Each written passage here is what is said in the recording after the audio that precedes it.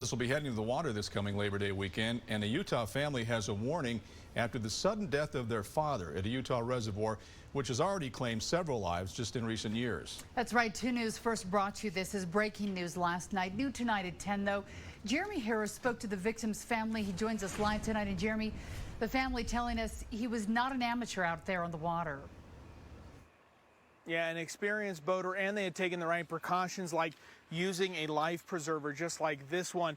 But even still, a sudden storm put a family into the water swimming for their lives.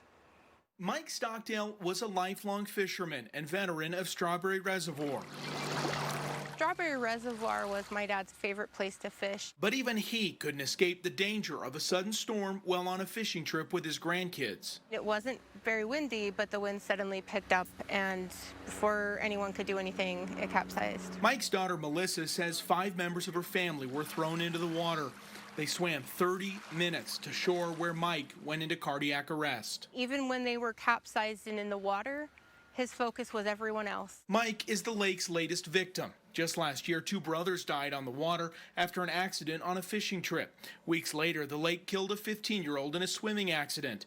And in 2018, a young couple died when their canoe capsized during a storm. We're lucky that in the midst of this tragedy, we all have great memories of him. Mike Stockdale's family wanted to share his story, not just to remember him, but to warn others to be careful and always wear a life jacket, which likely helped the other family members who survived the boat capsizing. His very last things that he was doing was making sure everybody else's life jackets were fastened and everybody else was okay.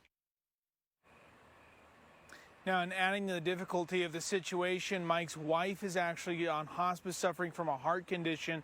The family has established a fundraising website, which we'll link to over on KUTV.com.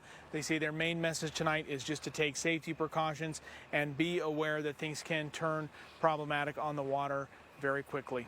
Reporting live in Salt Lake City, Jeremy Harris, 2 News. Heartbreaking loss and a good reminder there, Jeremy.